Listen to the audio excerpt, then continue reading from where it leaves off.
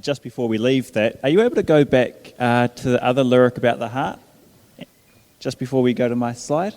Because as we were singing that song, I'm going to be honest with you, I came in quite late because I was on AV, and so I started singing, but I don't think my heart was really there, and my mind started drifting off, and I started thinking about what warfare would look like in space. And I started concluding that it would probably look a bit like jousting because of momentum and gravity and all that kind of stuff. And then there's this king of my heart, and it's like, oh, that's right, he's not just king of my lips. You know, it's not just, I was singing the whole time, to be clear, you guys would have known. I was singing, but I was like, actually, I don't think he's king of my heart right this second. I think my heart is elsewhere. And immediately upon seeing that lyric, and then I think elsewhere in the song it says, oh, sing with my heart, or security alert.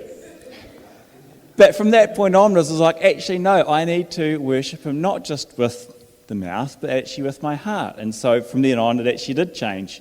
And I guess I would just give the same encouragement for you this morning, that look, lend me your ears. It's just common courtesy.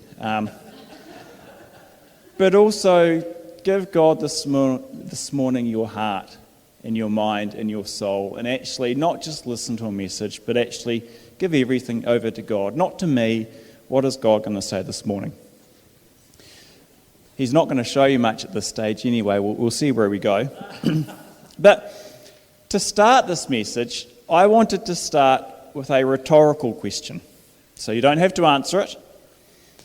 But does the Bible have anything to say about our preoccupation with social media and media news and those sorts of things? So Twitter, Facebook, TVNZ on Channel 1, The Breakfast Show, News Hub, all of those things.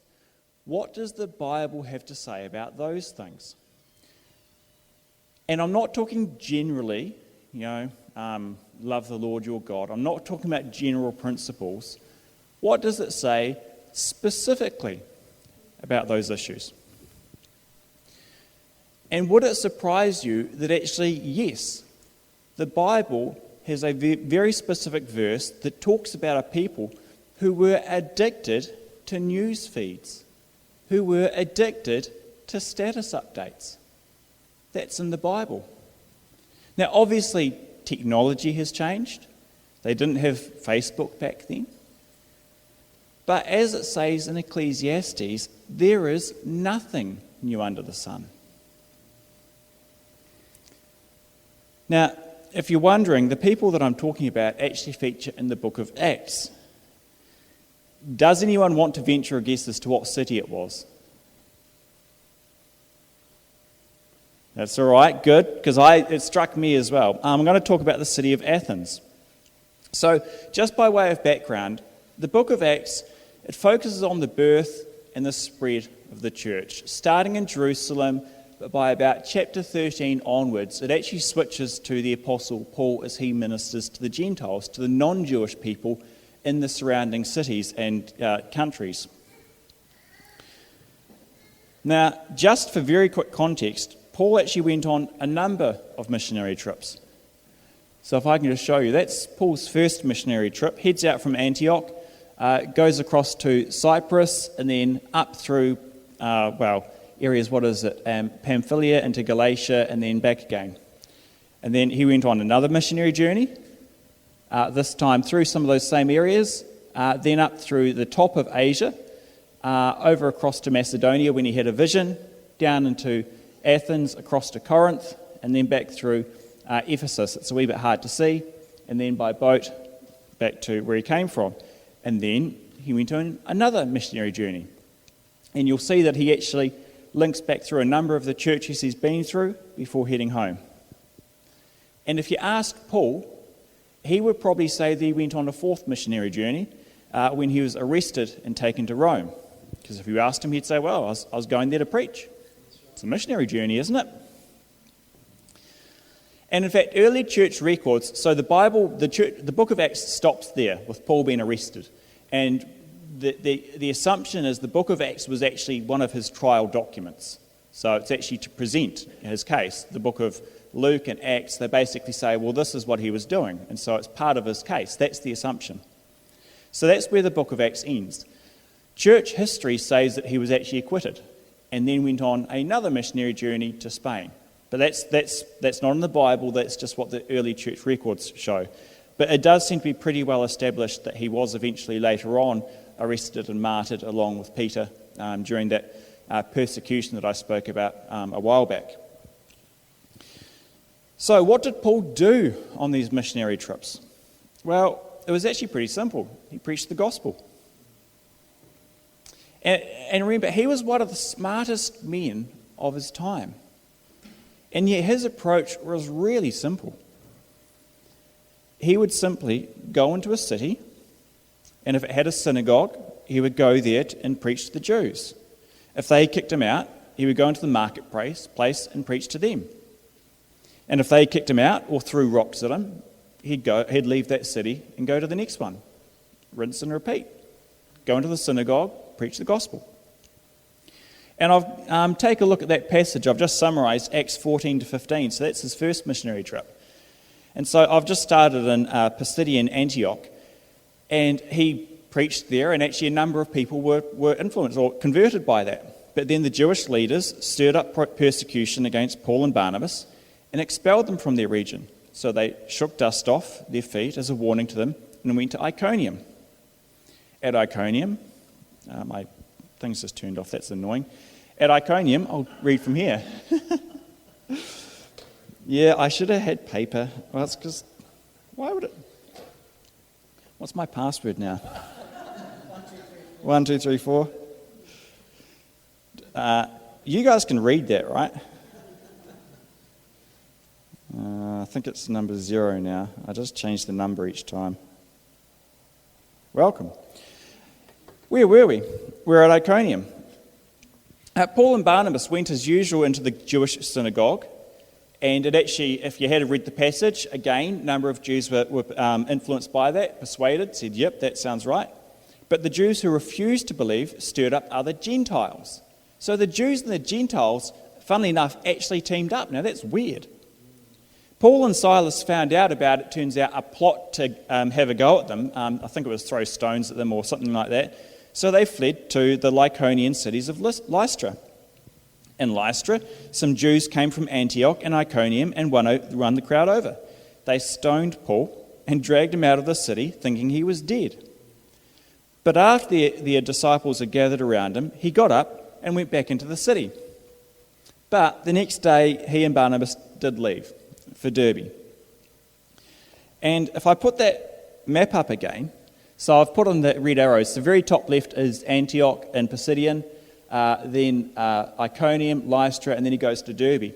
But the amazing thing, and what speaks to me about Paul's character, is look at the route that he chose to go back.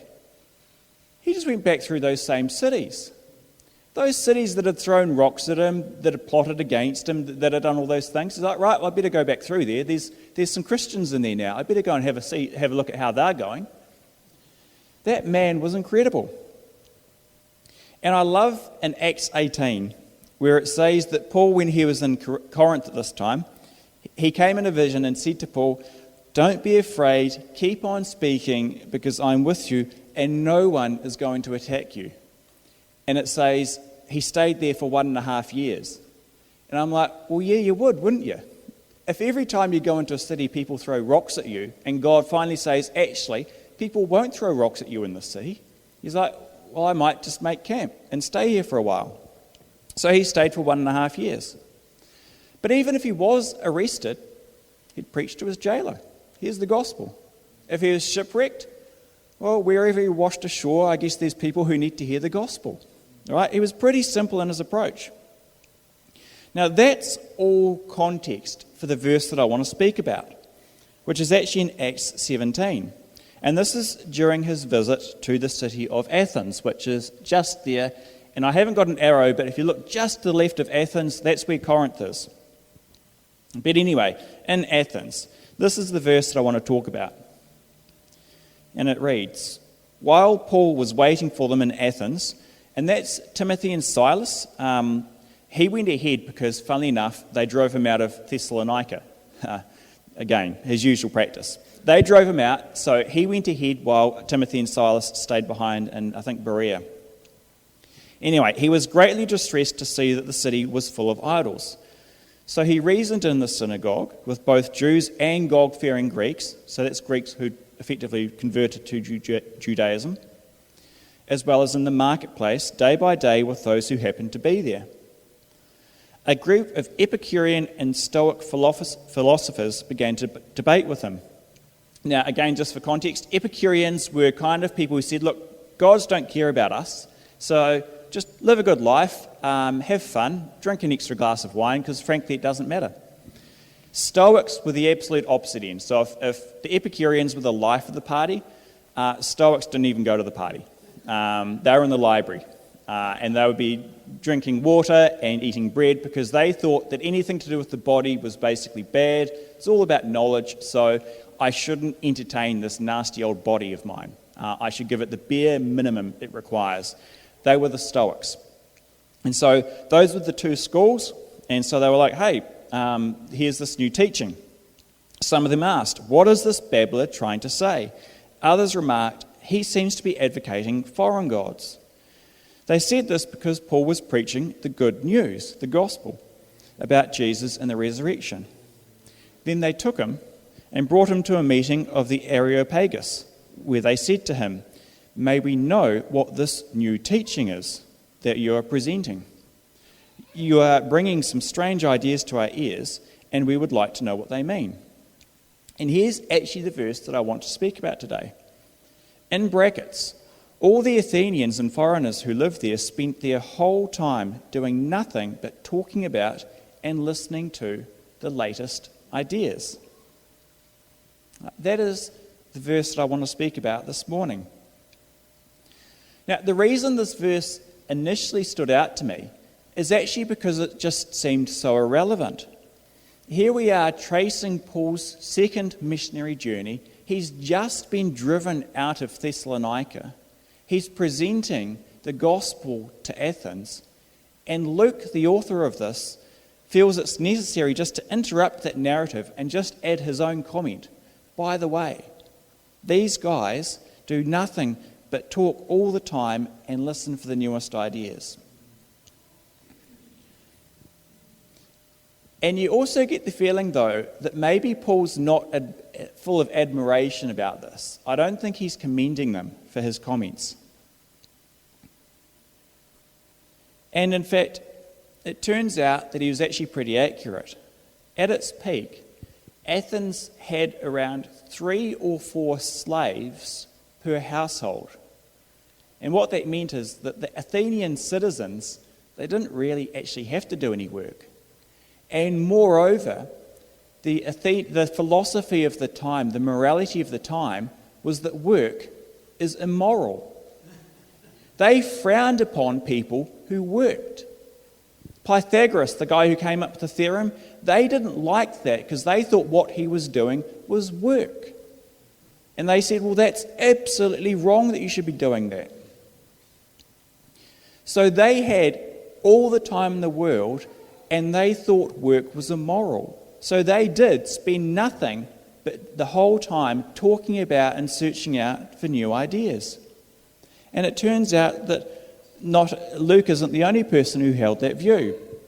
One commentator pointed out that many of the ancient writers bear witness to the garrulity, excessive talking, and curiosity, and intemperate desire for novelty among the Athenians, by which they inquired respecting all things, even those in which they had no interest, whether of public or private nature. So it could have been, how fares the war? Or it could have been, did you know so-and-so is married? In fact, Demosthenes, writing in 351 BC, asked the question of the Athenians, is it all you care to go about up and down the market asking each other, is there any news? And similarly, Thucydides criticised the Athenian council, saying, you despise what is familiar, while you are worshippers of every new extravagance. And I'll come back to him later. And while it might be slightly lost in translation, but the word in Greek that has been used for things like new ideas, new extravagance, it's the word kainos, which means literally new idea or novel thing. Now, today we would use the word news. It's new things. That is the news. They were asking, are there new things? What is the news? So the Athenians were people who didn't work and spent their time inquiring after the latest news. They wanted status updates. They wanted to find out what was happening. And they had an intemperate desire for this. It's what they spent their days doing. Maybe we can relate, which leads to 3 issues that I want to cover.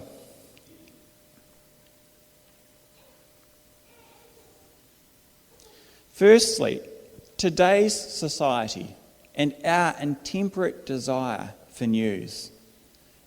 And in my view, Luke is setting up a clash of worldviews between Paul and the Athenians. Secondly, the problem when the good news, the gospel, becomes old news. And I would say that that's actually just a problem for Christians alone. And finally, lessons that we can learn from the Bible as we read the likes of Paul and the other apostles. So starting with our desire for news. And I think we have to acknowledge to start with that it's amazing that in the 21st century with the internet, with iPhones, TikTok, Facebook and all those other things, the Bible's like, yep, no, I understand what you're talking about. There's nothing new under the sun. Man, Paul dealt with that. You guys think you're special? Because just like today, the Athenians had an insatiable desire for anything new. It didn't even have to be relevant to them, just anything new. And it might be of public importance, or it could be completely trivial. It doesn't matter. I just need to hear new stuff. The content didn't matter. And I suspect that you and I probably don't have to imagine too hard to see what that's like. Because that sounds like our society, doesn't it? Where we live in a society that is just flooded with new stuff every day. And it could be the war in Ukraine. Or it could be a celebrity defamation trial. Or it could be a cat video, or a TikTok, or a Facebook update. Kim just smiled at me because she was addicted to the Johnny Depp defamation trial. And I'm not going to shame you, Kim, but I did a quick search, and in the middle of May, there was a 5-to-1 ratio of people searching for Johnny Depp defamation trial against the war in Ukraine. 5 times as many people were interested in Johnny Depp's divorce than the war in Ukraine. Kim, the front's open for you at the end. But our news media feeds into our desire for new stuff. And I don't even say that as a criticism necessarily of our news media, because they've got to make money. And the way they make money is by causing us to click on their articles. That's just how they make money. I'm a lawyer, I charge for what I do. That's how they make their money. So I don't criticize, but that is the reality. And just have a look at the way that the headlines are worded. This is, I think, from the Herald I stole this. And I don't know if you can see some of those, but it starts with a tweet of how a tweet from Joe Biden injected life into A2 Milk's share price. Well, what was the tweet? And how did it inject life? Well, we don't know. Well, how do you know? Well, you have to click on it to find out. Don't you want to know what President Biden is saying about one of our companies? I want to know, so I want to click on that. Analysis: can agriculture silence its critics on emissions action? Well, can it? We don't know. How do we find out? You have to click on it. Do we actually care? I don't know, but I need to find out the answer. And I love the bottom headline. Bottom right, it says, how influencers hype crypto without disclosing their financial ties. It should read, how headlines hype articles without disclosing their contents. And listen to some of the headlines that I stole from CNN last week. what a Nobel laureate's take on Donald Trump reveals about society today. Well, which Nobel laureate? What did they say? And what does it reveal? I don't know, but I actually probably need to find out. And I don't know, but you guys probably need to know too. Biden has a terse message for North Korea. What message? It's terse. That sounds serious. Does that not sound serious to you guys? We need to know what that message was. Satellite image leads to horrifying conclusion. Are you guys not wanting to know what these things are? Ewan McGregor's terrifying encounter on the Obi-Wan Kenobi set. Oh my goodness, I watched that series. What was that terrifying encounter? This is terrifying. Well, how do we even find out what... You have to click on the article, and they'll get a wee bit of money, and it's something new. And you'll find out it was the most lame encounter in the entire universe. But that's okay, because there'll be a new thing. It's in the past now. Whatever Ewan McGregor went through, it's in the past. There's something new that we can find. Every headline is designed to tickle our ears. It makes us want to know more. And at the end of the day, it's no different with Facebook and those sorts of things. And just so you guys know, do you know the Macquarie Dictionary's word of the year was doom scrolling? Now, I don't know if you guys have heard of doom scrolling or engage with doom scrolling. It's defined as the practice of obsessively checking online news for updates, especially on social media feeds, with the expectation that the news will be bad, such that the feeling of dread from this negative expectation fuels a compulsion to keep checking, to keep looking for updates in a self-perpetuating cycle. And I've got to admit, I found myself, when the Ukraine war started, I was kind of in that I wanted updates. I wanted to know what was happening. And because something bad's going to happen, well, what do you have to do? Well, you have to go back and check. You just have to keep checking. So it's not even like we're addicted to good news. We get addicted to bad news. That word was coined during COVID and Black Lives Matter. That's when people were really doom scrolling, because they were looking for bad news, searching for it, and finding it. And I don't know if you know how Facebook works, but it just gives you what you want to find. If you want bad news, we'll keep giving you bad news. If that keeps you scrolling, if that's what interests you, we'll keep pumping that bad news in. Man, you're going to love this. Or hate it, we don't really care. You're addicted, that's the important thing. And that was the Athenians. And the problem with this, even more than that, is that you and I in society are actually expected to have opinions about these things. The rise of opinions. Because I'm 41, I'm not obviously a boomer, but I have that mindset. I'm a boomer at heart, okay? You guys need to welcome me as an honorary boomer. Because I remember where the newspaper was news, gave you news, told you what happened. And there was a section in the newspaper called an editorial where you had an opinion. Or you could have a letter to the editor where someone gave their opinion, and the rest of it was news. These days, there is no distinction. And if I went back to that Herald website, half of those articles were actually opinion pieces. That wasn't news.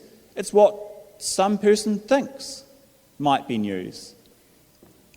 Opinions. And the reason we go to those is because we need to have an opinion. It's expected that we have an opinion. And just when you have an opinion, the reality is it makes you look a bit smarter, okay? For example, if I said to you that, well, The Economist published an article saying that we shouldn't be aiming at 4% inflation, we should be targeting 2%, although that does have issues around economic shock. Now, personally, I completely agree with that. And I'm disgusted, frankly disgusted, that our government hasn't endorsed that policy. It's outrageous. Do I know what it means? No idea. I've got no idea. I failed economics and my wife does our finances.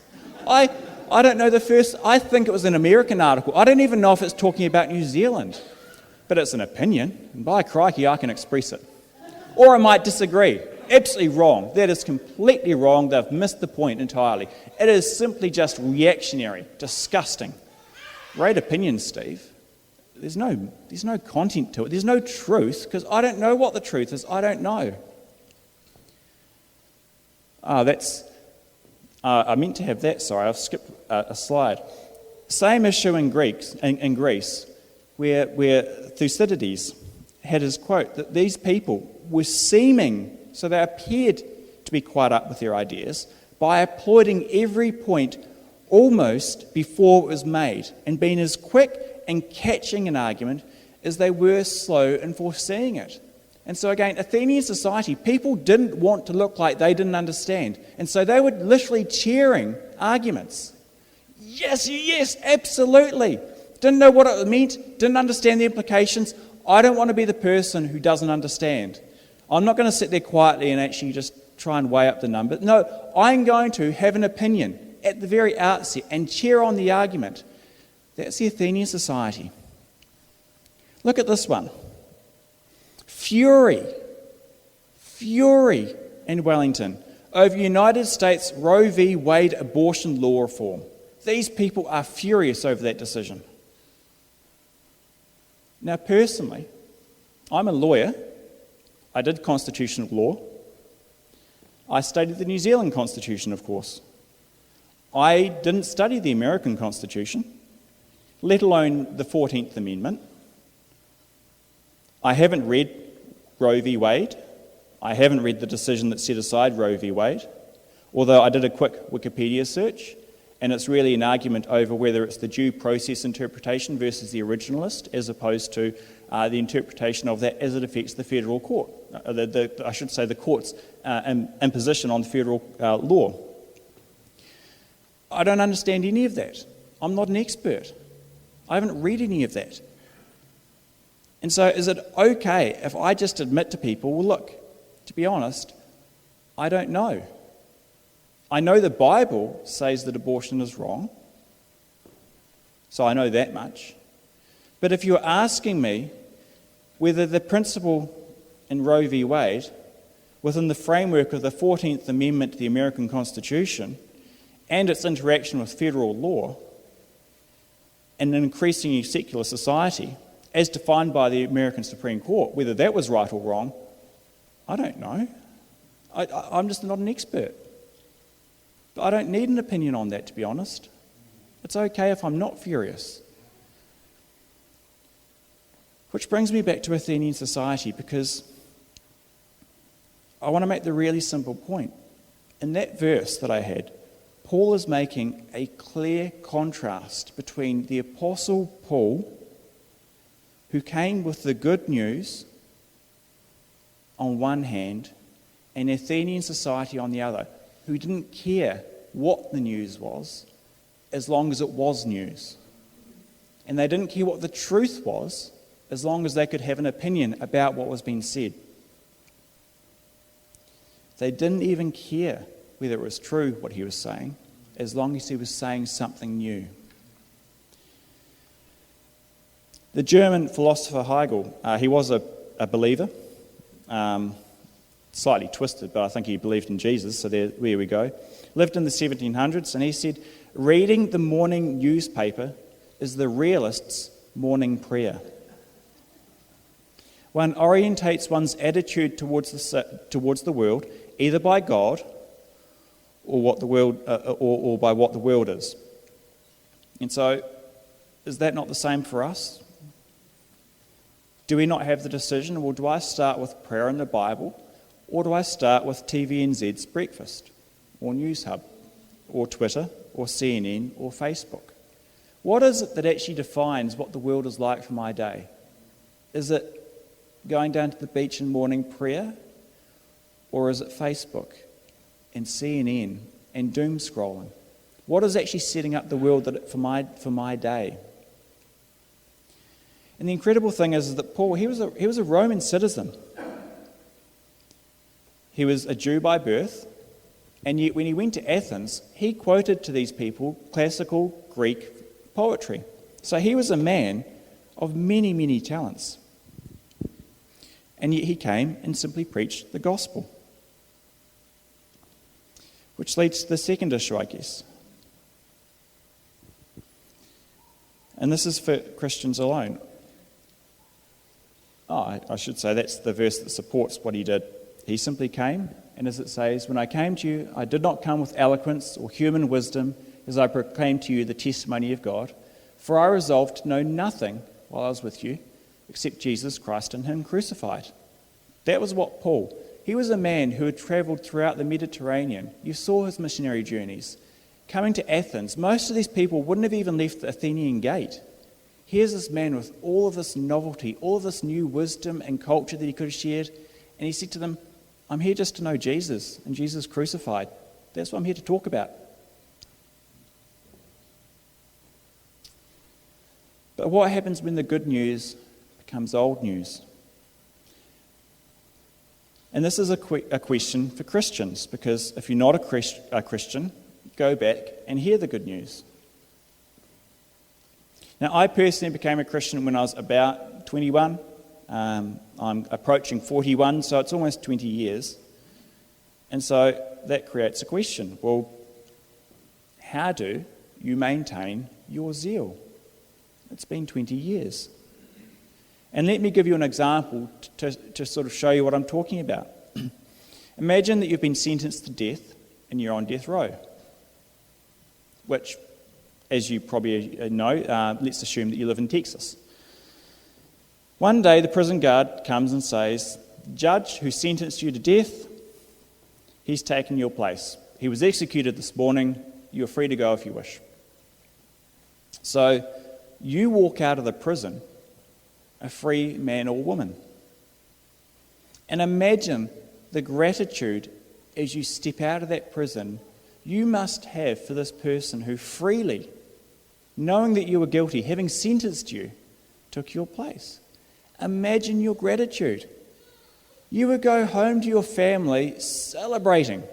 You would have a party in this person's honour. There's no two ways about it. But hopefully you'd have a better life. But how is that gratitude going to continue over the next 365 days?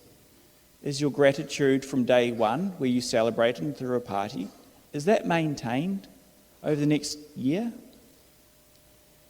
What about after 5 years? Are you still celebrating this judge who gave his life for you with the same zeal as the day you left prison? What about after 10 years? 20 years? You've got children now, you've got a family, you've got a job. Are you still able to maintain that same celebration, that same zeal for this judge who died for you? Now, you'll never forget what the judge did. And anyone who asks you, I'm sure you would say, I'm free because of this reason. How's your zeal going?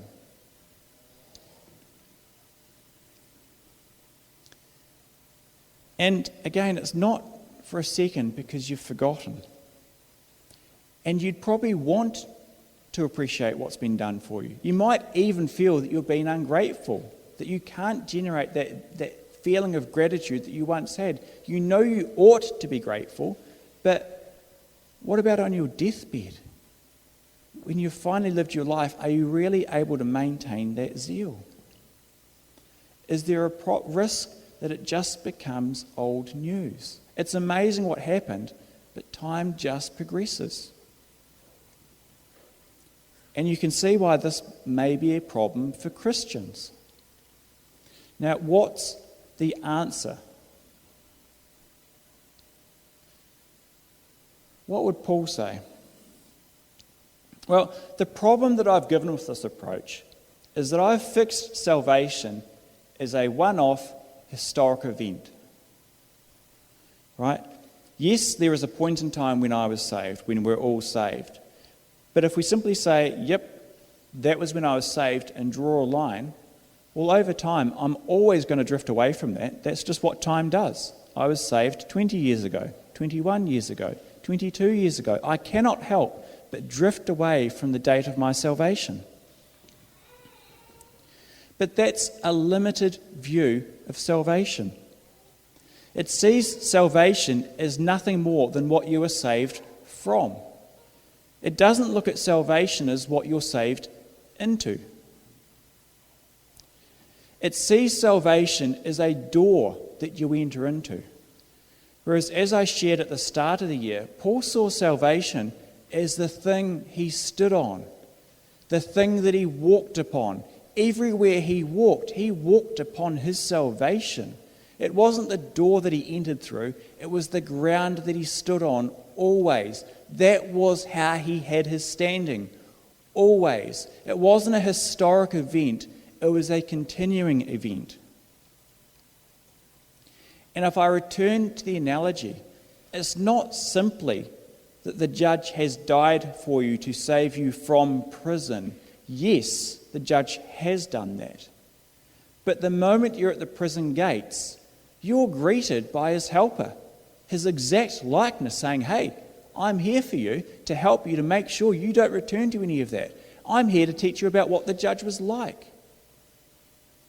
And he doesn't just leave you into the world. He says, hey, by the way, I've got a job for you. I know you need employment. I've set things up. I've got plans and purposes. I don't want you to be idle. I've got lots for you to do. By the way, there are other people from prison that I rescued. Join with them. By the way, if I haven't added this, I've also adopted you into my family. My dad is now your dad. If you need things, ask him. He'll give anything you need. Don't go back to prison. What do you need? You are my brother now. What do you need? Ask of it. The helper, my Father, welcome. You are part of this kingdom. And every day of your life, for the rest of your life, you don't look back necessarily just to that day you were saved. You look at what you have right now. Where am I right now? He wants to help me with this. He's still invested in me right now. My salvation was not a historic event. It is an ongoing event. He is always there with me. And that's why Jesus didn't just preach salvation. He preached the kingdom. The kingdom is here. Which takes me back to Paul. You see, the reason that I actually wanted to talk about Paul's missionary journeys is to see it with a fresh perspective for the letters that he wrote. Most of the letters that he wrote were to churches he had already planted, he had already visited. And these were believers. He wasn't trying to convert people to Christianity. They were already Christians. What was he doing? He was trying to help them continue in their salvation, continue in the kingdom. He wrote to the Corinthians, you guys are an absolute mess. Let me remind you of the gospel into which you were saved. The Galatians seemed to go back to the law. He said, hey, you need to remember the gospel. You guys are going into legalism. You need the gospel again. And the other churches, all he was doing is simply telling them how the gospel expresses itself into their lives today. These people were pagans, saved from a pagan world and a pagan kingdom, and now they were Christians and part of God. That raises all sorts of questions. How, as a husband, should I treat my wife? Is it like the Romans do? Do I treat my wife as a chattel that I married for political and social reasons? I didn't marry her out of love. If I wanted love, I'd have a mistress. Now, is that how we do it? And that's okay. Don't get too stressed because she would have her thing on the side. That's just how Romans do it. Is that what we do in Christian marriage? Is that how the kingdom works? Paul says, no, love your wife. That was actually revolutionary. That wasn't just yeah, we all know that. No. Paul was actually saying to these people, oh, I actually have to love my wife? That was actually new. That was the kingdom coming into the existing world. Wives, submit to your husbands. They already had to. No. I mean, actually mean it. Don't despise your husband, but do what he's told you to do. That's not what you do. That's what the Romans do. Don't do it here. What about servants? How do I treat them? Well, how does Jesus treat you? Do it that way. What about my practical needs? These people say that work is immoral. Paul says, well, look, if you're not going to work, don't eat. That's simple. You better start working. Right? What about people who aren't even believers? They're trying to lead them astray. Oh, okay, you have to get rid of those people. Keep them separated if they're trying to lead you astray. How as a church do we live under Roman rule? Because there's a higher God. Okay, well, let me explain that. All that Paul is ever doing is trying to explain to these people how the gospel, how the kingdom works within this pagan framework that they've come out of. It is simply the application of the gospel into their lives. That's all Paul ever did, is just, okay, so here's a new situation. We've never encountered this. What does the gospel say into this atmosphere? What does the gospel say here? But it doesn't stop with the church of Acts. It continues with the church of legacy. It is no different. Okay, so we've got a property and the council's been really frustrating. Well, what does the gospel say to that?